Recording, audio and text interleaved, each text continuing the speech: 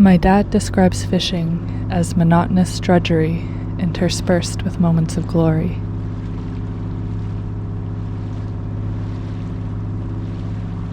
And I agree with him. Oh, it's perfect. So have you been getting some?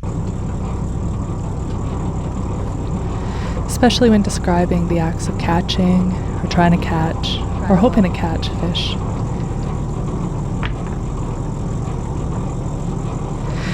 I also think there's a magic, a poetry that permeates the drudgery, as well as the glory.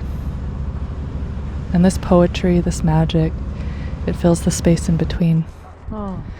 For those who don't spend time in these spaces, on the water, at the dock, or in the net loft, our livelihood is sometimes presumed to be not much more than sore backs, sunsets, and politics. And this is all part of it. But what gets missed, and maybe sometimes protected from those who may choose not to understand, Bump on a stick. are the stories, the wisdom, the silliness and laughter,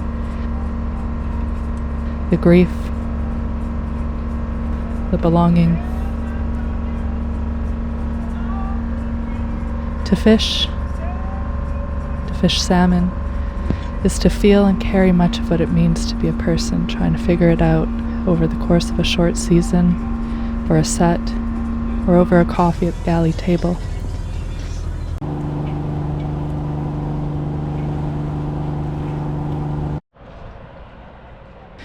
In fishing and gill netting, mentorship is teaching someone how to get an airlock out of a pump toilet. Care is someone you've known since the day you were born, lending you a carburetor for your oil stove so you can cook pork chops and dry your boots. Friendship are the annual hellos and visits at the northern newsstand you've bought books at since you were a kid, fishing with your parents.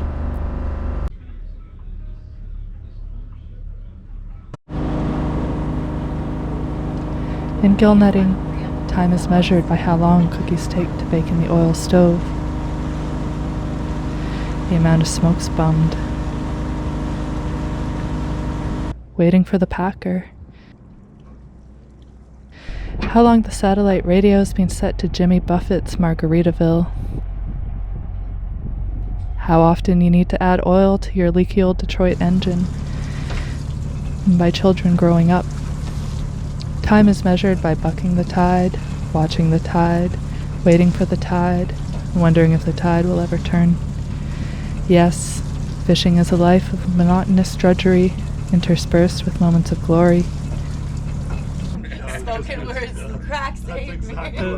Yeah. But everything in between is so much of the meaning, the resilience, and the joy that this life gifts us with.